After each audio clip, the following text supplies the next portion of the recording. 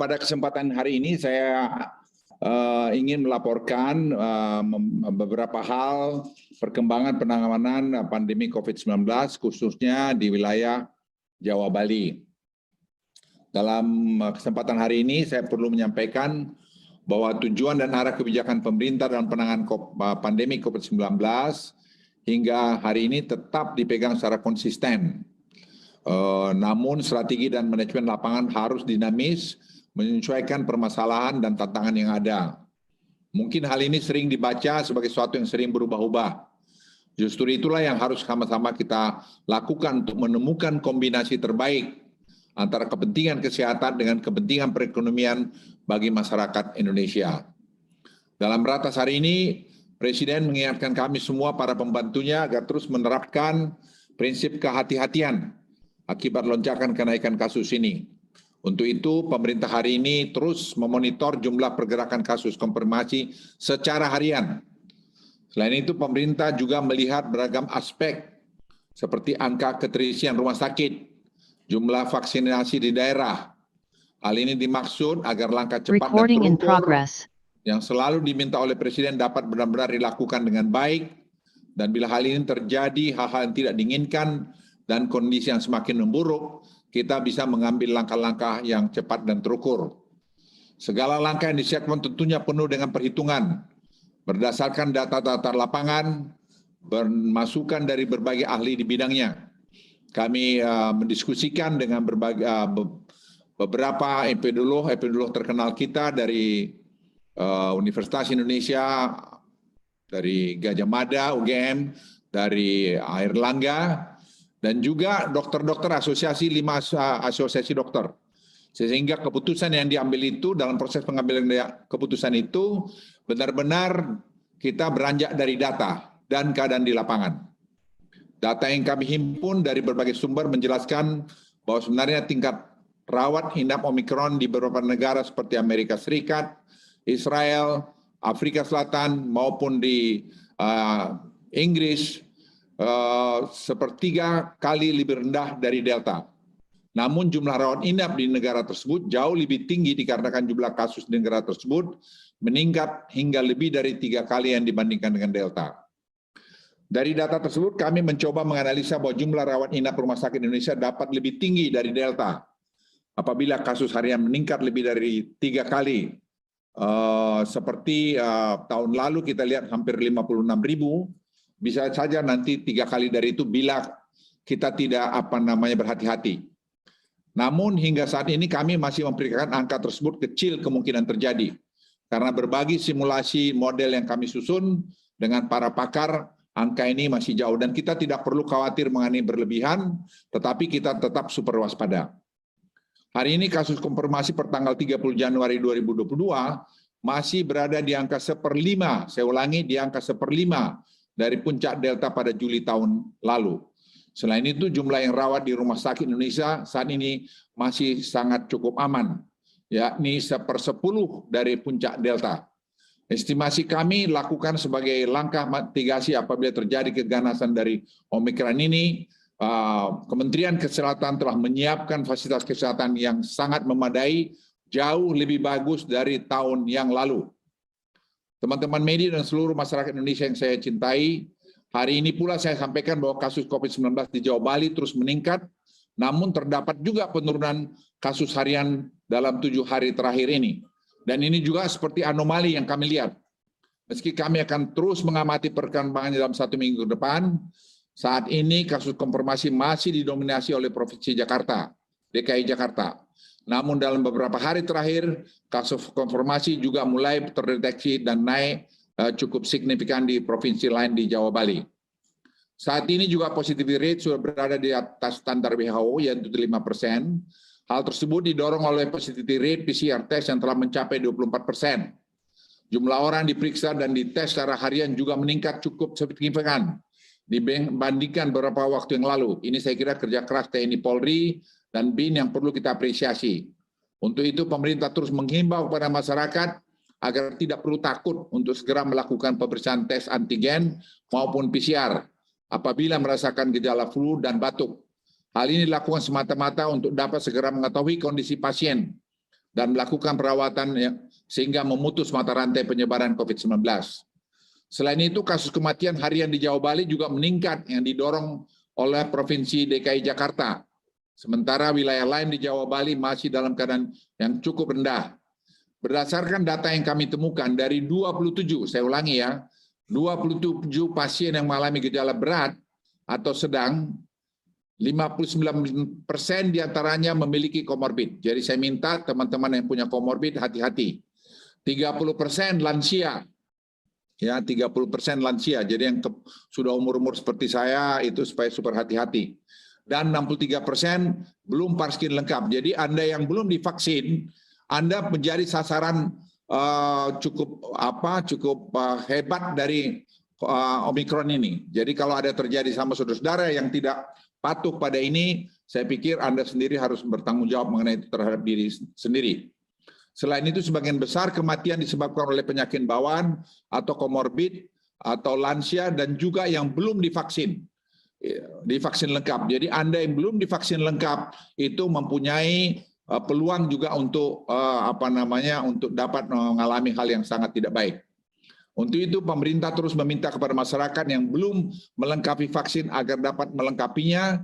Yang sudah mendapat tiket booster juga segera mendatangi gerai-gerai vaksin yang telah disiapkan oleh pemerintah. Kami juga mendapatkan data bahwa pengetatan pintu masuk berhasil menahan laju masuknya Omikron ke Indonesia.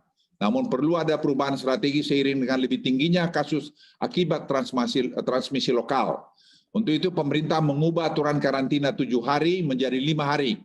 Dengan catatan bahwa WNI dan WNA yang masuk ke Indonesia wajib vaksin lengkap. Bagi WNI yang baru melaksanakan vaksinasi dosis pertama, tetap harus menjalani karantina 7 hari. Kebijakan ini diberlakukan mengingat sebagian besar varian PPLN adalah Omikron, dan berbagai riset telah menunjukkan bahwa inkubasi dari varian ini berada di sekitar 3 hari. Langkah menurunkan hari karantina ini juga mempertimbangkan perlunya realokasi sumber daya yang kita miliki. Wisma yang tadinya digunakan untuk karantina PPLN akan disiapkan untuk isolasi terpusat. Kemudian seiring dengan kebutuhan isoter yang diprediksi meningkat untuk kasus konfirmasi positif OTG dan bergejala ringan. Teman-teman media dan seluruh rakyat Indonesia yang saya cintai, diharapkan para karakteristik Omikron yang berbeda dengan Delta, strategi penanganan pandemi yang digunakan perlu juga dilakukan penyesuaian. Yang tadinya fokus pada menekan laju penularan menjadi fokus pada penekan rawat inap, rumah sakit, dan tingkat kematian. Untuk itu, strategi level PPKM juga perlu diubah. Pemerintah tetap menggunakan 6 indikator menjadi standar WHO, tetapi akan memberikan bobot lebih besar dalam penentuan level kepada indikator rawat inap di rumah sakit. Langkah ini dilakukan salah satunya sebagai insentif kepada pemerintah daerah untuk mendorong pasien yang tidak bergejala atau OTG dan bergejala ringan untuk tidak masuk rumah sakit, sehingga asesmen levelnya juga berada di kondisi yang cukup baik. Selain itu, langkah juga menjaga upaya pemulihan ekonomi dengan tetap memastikan kapasitas kesehatan kita tetap dalam kondisi yang aman. Jadi kita membuat equilibrium yang bagus. Makanya telemedicine oleh Menteri Kesehatan itu benar-benar dibuka dengan baik. Pemerintah juga mengubah syarat indikator untuk masuk level 1 dan 2. Yang tadinya vaksinasi dosis pertama menjadi vaksinasi lengkap. Hal ini dilakukan untuk mengakselerasi vaksinasi dosis 2 di kabupaten kota yang masih tertinggal. Saat ini masih terdapat 22 kabupaten kota yang capaian vaksinasi dosis kedua umum di bawah 50%, dan 29 kabupaten kota yang dosis kedua lansia yang masih di bawah 40%. Ketentuan ini berlaku mulai minggu depan, tetapi kami memberikan transisi selama 2 minggu untuk kabupaten kota untuk mencapai target yang sudah ditentukan di atas.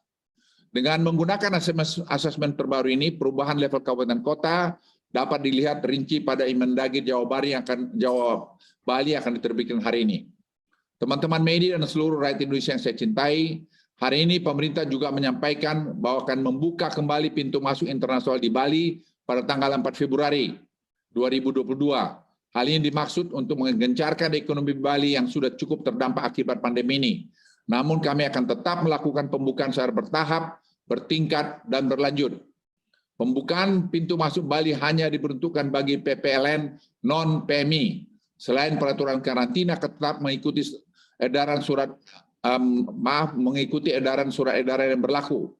Saat ini Bali juga menyediakan 2 opsi tambahan untuk karantina PPLN, yaitu karantina bubble, dimulai di 5 hotel terlebih dahulu dengan total 447 kamar, dan 6 kapal lift on board yang sudah tersertifikasi CHSE oleh Kemenparekraf.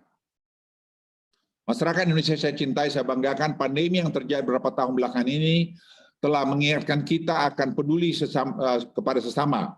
Penyakit yang diderita oleh seseorang akan menjadi penyakit bagi semuanya. Penyelesaian pribadi tidak akan pernah menjadi solusi. Penyelesaian bersamalah menjadi satu-satunya cara. Hanya dengan membuang perasaan egois masing-masing kita dapat mampu mengatasi pandemi bersama-sama. Ini saya minta kita jangan salah menyalahkan. Kita harus kompak untuk menyelesaikan ini. Tetap rendah hati dan terus mengikuti anjuran yang dikeluarkan. Jangan merasa paling benar. Tadi saya sudah singgung di atas. Rata-rata yang meninggal orang yang ada juga kebanyakan dan tidak divaksin. Di akhir ini saya izin mengucapkan juga selamat tahun baru Imlek 2022, tahun macan yang bersayap. Mudah-mudahan ini membawa kebahagiaan buat kita semua, kesehatan, kemakmuran bagi kita semua. Jadi buat teman-teman yang merayakannya itu, kita satu bangsa, satu negara, kita juga menyelamatin Anda. Mari kita terus berusaha dan berdoa, semoga Tuhan yang Maha Kasih senantiasa memberikan kesehatan dan keselamatan kepada kita semua, serta kita dapat segera keluar dari badai pandemi COVID-19 ini. Terima kasih, saya persilakan Menteri Airlangga. Terima kasih Pak Menko Marinvest, Bapak Luhut Binsar Panjaitan, Pak Menkes yang saya hormati, teman-teman media cetak elektronik, serta masyarakat yang saya hormati. Pertama, kasus di luar Jawa Bali, terlihat bahwa kasus harian memang sudah meningkat ke 499, dengan transmisi lokal sebanyak 496, dan kasus berdasar PPLN sekitar 3 orang, dan tingkat kematiannya per tanggal 30 Januari adalah 2 orang. Dan kasus aktifnya adalah 3.326 dari 61.713 kasus aktif. Artinya proporsi kasus aktif di luar Jawa Bali adalah 5,4%. Namun kita harus juga waspada karena kita lihat dari kasus reproduksi efektif atau RT COVID-19 itu di Sumatera naik menjadi 1,02, di Kalimantan menjadi 1,01, Maluku 1,08, Provinsi Papua 1,05, Nusa Tenggara 1,03, dan Sulawesi 1. Dan ini sudah dilihat dari data di Kementerian Kesehatan, beberapa provinsi seperti Sumut, Kaltim, Sulet, Sulsel, Jayapura, itu sudah dilihat kasus Omikronnya sudah masuk dari transmisi lokal. Namun kalau kita ketahui bahwa dari tingkat bed occupancy rate di luar Jawa Bali ini bornya 7%, sedangkan secara nasional itu adalah 13,89%. Dan kalau untuk Sumut masih 5%, Kaltim 2%, Sulut 1%, Sulsel 1%, di Papua adalah tingkatnya 2%. Nah, kemudian kalau kita lihat ke depan, di luar Jawa Bali akan ada perpanjangan, yaitu tanggal 1 sampai dengan 14 Februari, berdasarkan level assessment pandemi, baik itu terkait dengan transmisi komunitas atau tingkat penularan, kasusnya, tingkat kematian, dan juga rawat inap, dan juga responsnya terkait dengan testing, tracing, dan treatment. Tentu masih memperhatikan vaksinasi dosis yang di bawah 50%, dan ini berterima kasih kepada TNI Polri bahwa Maluku sudah meningkat ke 67,7%, Papua Barat di 47,6%, namun Papua masih 27,4%. Seiring dengan di Jawa Bali, maka masa karantina PPLN juga tadi diusulkan dan diputuskan oleh Bapak Presiden, juga untuk 5 hari bagi yang sudah divaksinasi 2 kali, dan 7 hari bagi WNI yang belum divaksinasi lengkap.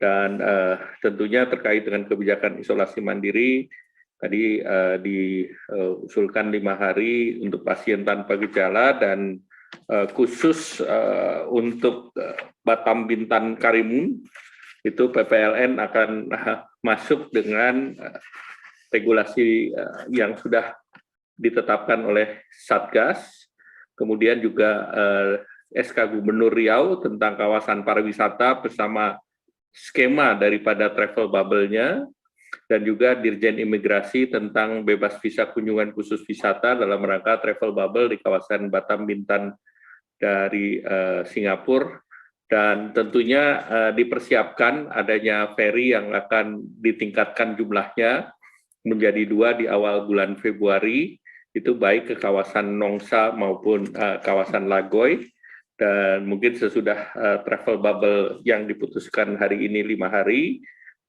mereka bisa bergerak ke wilayah lain di Indonesia. Kemudian selanjutnya dari PPKM tanggal 1 sampai dengan 14 Februari nanti, jumlah kabupaten kotanya adalah menurun dari jumlah yang di level 1 ada 164 kabupaten kota, kemudian level 2 ada 219 kabupaten kota, dan level PPKM 3 itu ada 3 kabupaten kota, yaitu di Jayawijaya, Yapen, dan Kota Jayapura. Selanjutnya, Bapak Presiden juga memberi arahan agar dosis lanjutan atau booster di luar Jawa untuk ditingkatkan. Saat sekarang secara nasional, dosis ketiganya 2,3%, dan luar Jawa Bali sebesar 1,6%, dan ini yang tentu akan didorong agar luar Jawa Bali bisa seimbang dengan yang di Jawa Bali.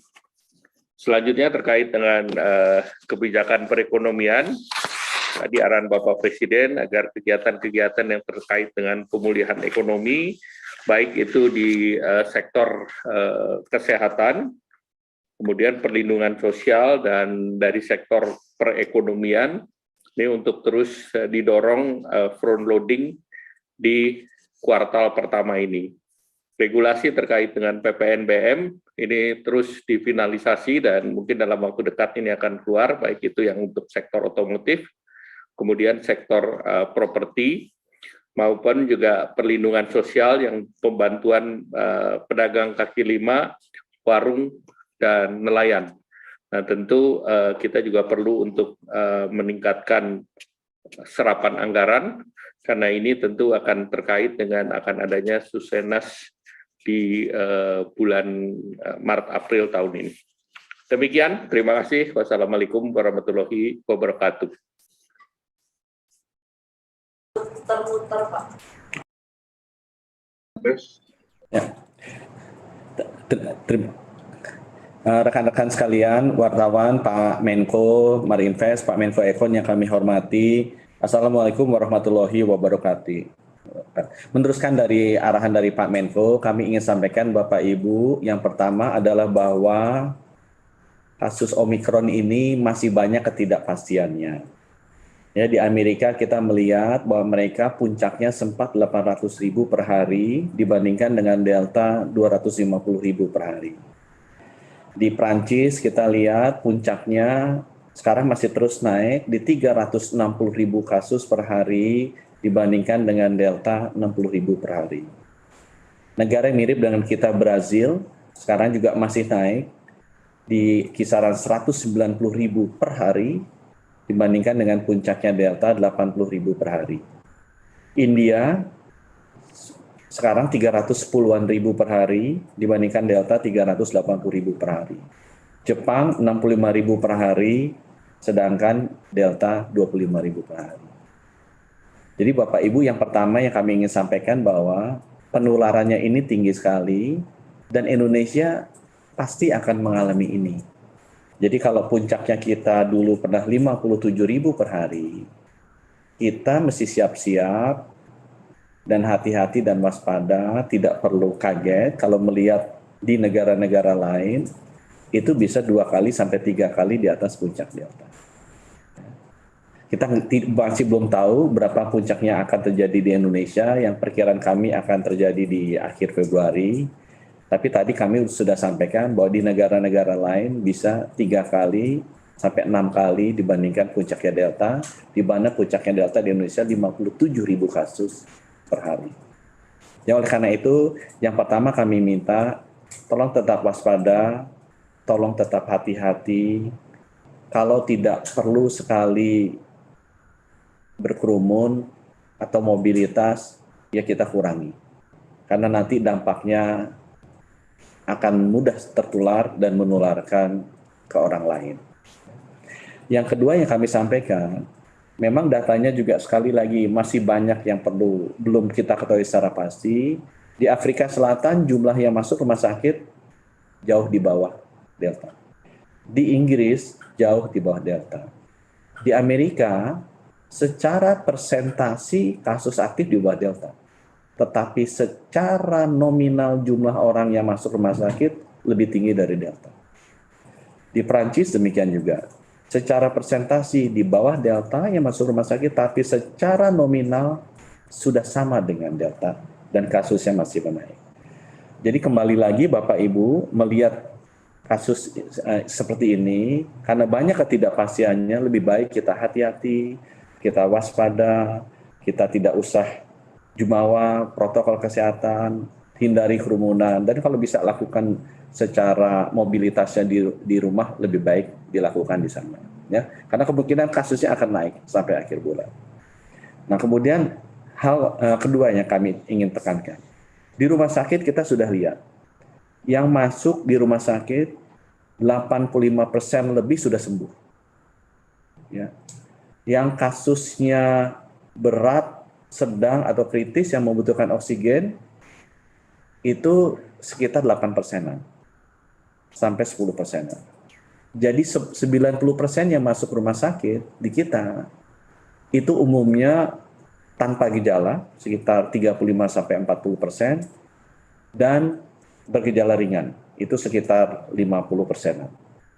Nah, Bapak Ibu, karena kita mengetahui nanti kenaikan kasusnya akan tinggi, sehingga pressure-nya akan tinggi juga masuk rumah sakit, dan kita lihat bahwa kesembuhannya tinggi untuk yang Omikron berbeda dengan Delta, kami menghimbau bahwa sebaiknya Bapak Ibu kalau OTG tidak usah dirawat di rumah sakit.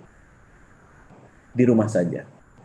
Demikian juga kalau ringan itu artinya saturasinya tetap di atas 95%, di rumah saja. Ada batuk, pilek, demam sedikit, selama saturasi di atas 90% di rumah. Biarkan rumah sakit menjadi tempat di mana saudara-saudara kita yang parah, yang berat, yang sedang kritis, yang membutuhkan treatment oksigen dirawat di sana. Tapi untuk kita yang tanpa gejala dan ringan, kita di rumah. Ya, karena kemungkinan sembuhnya jauh lebih tinggi dibandingkan dengan Delta.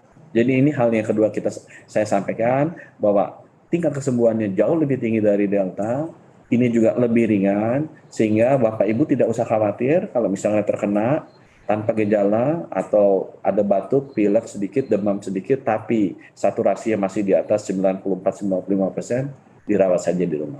Biar rumah sakit diberikan untuk orang-orang memang yang membutuhkannya. Nah, yang ketiga yang saya ingin sampaikan Bapak Ibu, kita yang sudah ada meninggal 5 orang positif Omikron, itu 60% belum divaksin lengkap. Kita sudah melihat dari kasus yang sedang dan berat yang membutuhkan oksigen, 63% belum divaksin lengkap. Kebanyakan dari mereka lansia, dan kita identifikasi cukup mengejutkan jumlahnya yang anak-anak. Jadi berdasarkan fakta itu, hal ketiga kami ingin sampaikan Bapak Ibu, percepat vaksinasi, terutama untuk lansia kita dan anak-anak kita.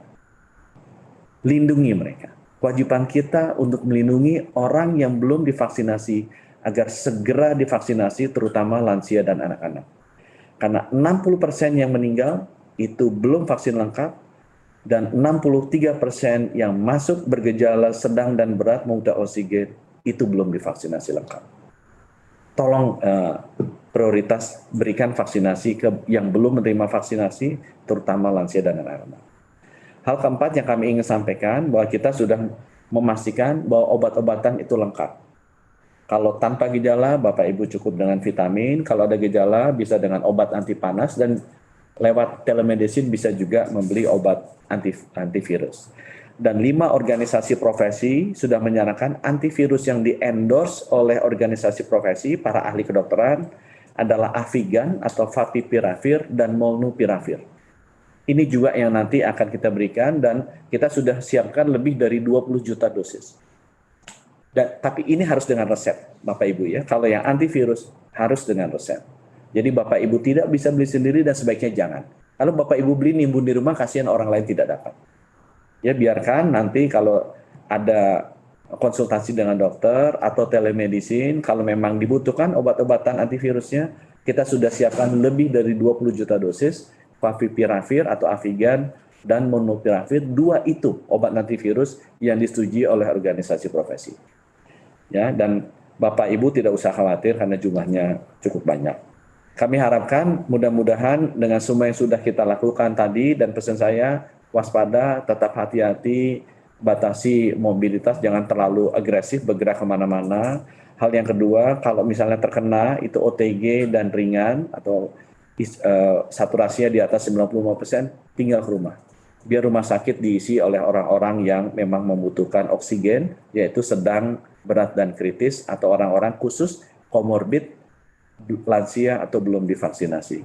Kemudian yang ketiga, percepat vaksinasi orang tua dan anak-anak kita yang belum divaksin, karena 60% yang meninggal belum divaksin atau belum vaksin lengkap, 63% yang sedang dan berat adalah belum divaksin atau divaksin lengkap, termasuk anak-anak. Kemudian yang keempat, obat-obatan kita siap lebih dari 20 juta dosis untuk obat-obatan antivirus. Kalau tanpa gejala cukup dengan vitamin, tapi kalau misalnya ada gejala, kita siapkan lebih dari 20 juta dosis antivirus. Ini harus dengan resep, bisa dilakukan di dokter, beli di apotek, atau melalui telemedicine aplikasi. Dan yang sudah disetujui oleh organisasi profesi adalah antivirus Favipiravir atau Avigan dan Molnupiravir. Terima kasih Pak Menko, rekan-rekan sekalian. Assalamualaikum warahmatullahi wabarakatuh.